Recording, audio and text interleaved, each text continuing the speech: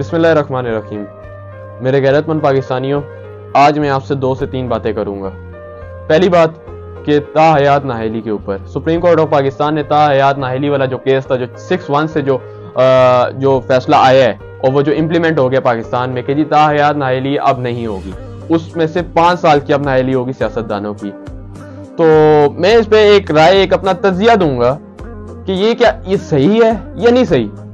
آپ پاکستانی باشعور ہیں، آپ لوگ خود جانتے ہیں کہ یہ صحیح ہے کہ نہیں، لیکن میں ایک اپنی رائے دوں گا۔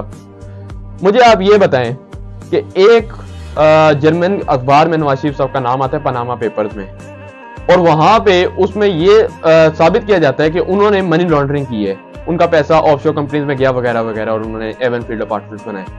تو وہاں پہ chief justice of Pakistan Saqib Nisar 2017 میں ایک فیصلہ کرتے ہیں کہ جی نواز شریف صاحب نااہل ہو گئے ہیں، وزیر اعظم کے منصب سے وہ نااہل ہو گئے ہیں۔ تو ہم اس پہ ان کو نااہل کرتے ہیں کہ ان کی منی لانڈرنگ کی گئی ہے انہوں نے۔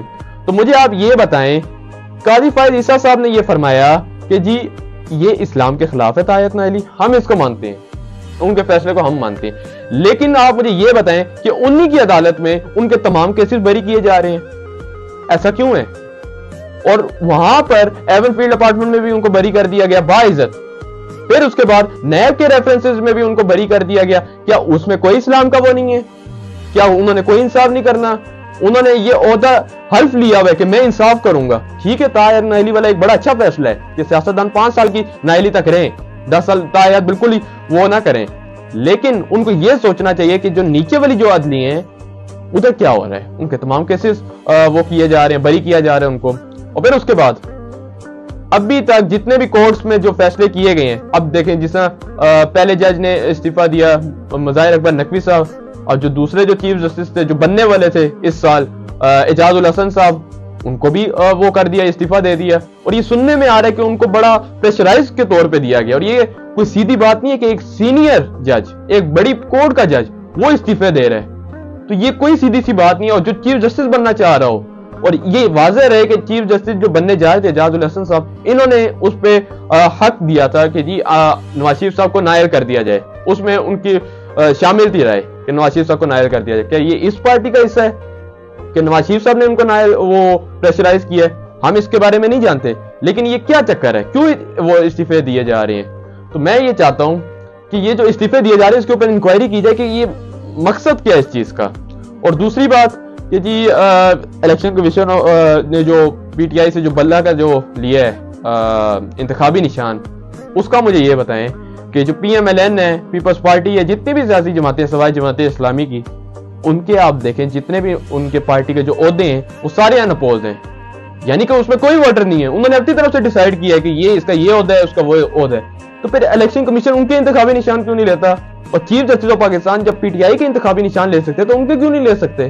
آپ ایکول رائٹس کیوں نہیں کر رہے ساروں کے؟ کیوں نہیں آپ ساروں کو لیول پلینگ فیلڈ دے رہے؟ تو میں چاہتا ہوں کہ لیول پلینگ فیلڈ آپ کو دینی چاہیے پورے ملک میں تمام سیاسی جماعتوں کو۔ کیا ان کے کسی ووٹر نے ان کو ووٹ دیا ہے کہ جی آپ چیئرمین آئے، آپ پریزیڈنٹ بنے، آپ سیکرٹری جنرل بنے؟ کسی نے نہیں دیا۔ آپ الیکشن کمیشن کی ویب سائٹ کھولیں، ادھر سارے ووٹرز ان اپوز ہیں۔ ایک سیاسی جماعت سے انتخابی نشان لینا یہ ایک زیادتی ہے، یہ کسی جماعت سے انتخابی نشان نہیں لیا جا سکتا، یہ ایک زیادتی کے تحت لیا گیا ہے، ان سے ایک انتقام کے تحت لیا گیا ہے۔ تو میں چاہتا ہوں یہ بڑا سیریس کیس تھا جس میں عدالت کا یہ جو فیصلہ ہے، اس کو میری جو رائے ہے یہ ایسا نہیں کرنا چاہیے تھا ان کو، اور یہ تاریخ اب اس پہ فیصلہ کرے گی کہ کیا یہ فیصلہ صحیح تھا یا نہیں تھا۔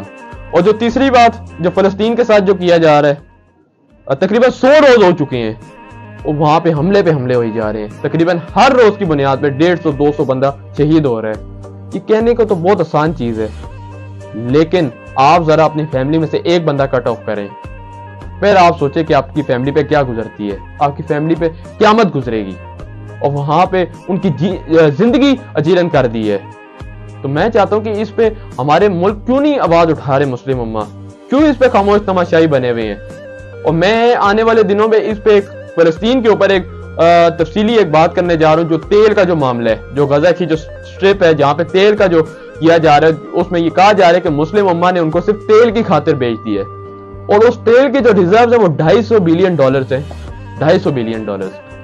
تو میں یہ آپ کو ہلکی سی ہنٹ دے رہا ہوں، میں آنے والے دنوں میں اس کے اوپر بیان بھی کروں گا، ایک اپنا بیان ریلیز کروں گا، اور میں چاہتا ہوں کہ آپ فلسطین کی آواز بنیں اور ان کے لیے بھرپور آواز اٹھائیں، جس سے ہمارے حکمران ایک خاموش تماشائی بنے ہوئے، کوئی ان کا ساتھ دینے والا نہیں ہے۔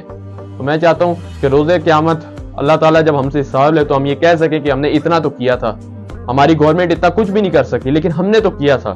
تو میں چاہتا ہوں کہ آپ ان کی آواز پہ آواز بنیں اور اپنے ملک کے لیے آواز اٹھائیں، اور جو الیکشن ہونے جا رہے ہیں اس میں آپ ایک صحیح بندے کا انتخاب کریں۔ پاکستان پائندہ باد۔